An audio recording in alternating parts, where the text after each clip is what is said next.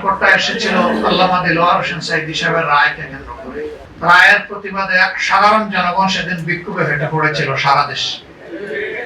তাণ্ডব চালিয়ে আমাদের শত শত সহকর্মীকে সেদিন হত্যা করা হয়েছে। এরা ক্ষমতায় এসে প্রথমেই হাত দিল আমাদের দেশপ্রেমিক সেনাবাহিনীর গায়ে।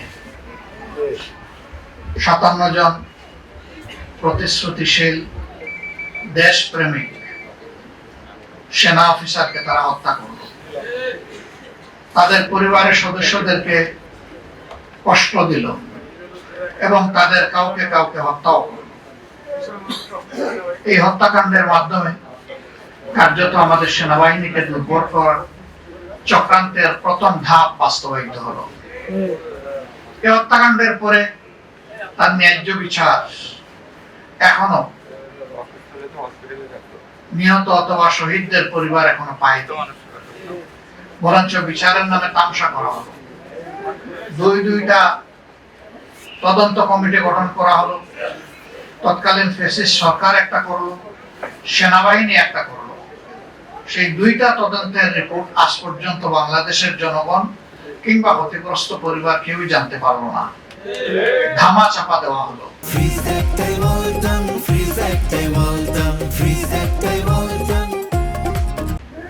কারণ ওটা বের হলে গর্তের ইঁদুর বের হয়ে আসবে, মানুষ জেনে ফেলবে এদের পিছনে কারা ছিল।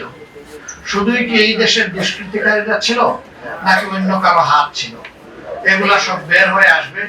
এই জন্য এই রিপোর্ট গুলাকে ধামা চাপা দেওয়া হয়েছে।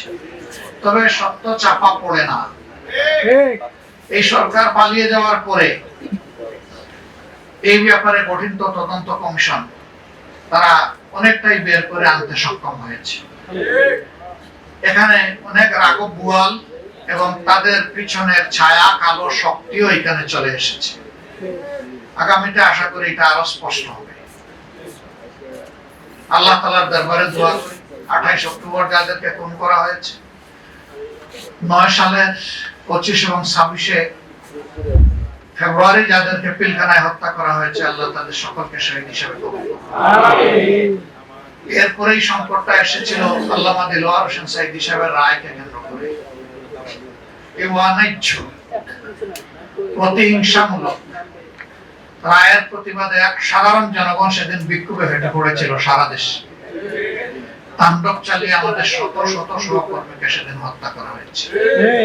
এটি ছিল তৃতীয় গণহত্যা এই সরকারের হাতে। ক্ষমতায় আসার আগে একটা, ক্ষমতার পরে একটা, আর পরে একটা। আল্লাহ তাআলা তাদের সকলকে শহীদ হিসাবে কবুল করুন। আমিন। এরপরেই 13 সালের 5 মে শাপলা চত্বরের গণহত্যা। নিরীহ আলেম ওলামা, হুফাজ, আইতাম তাদেরকে সেদিন নিষ্ঠুরভাবে হত্যা করা হলো।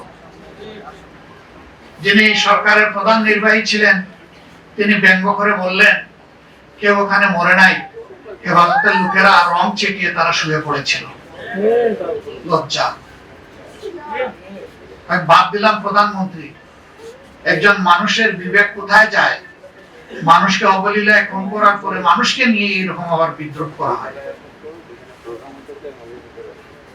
এটি ছিল তাদের হাতে তৃতীয় গণহত্যা। চতুর্থ গণহত্যা।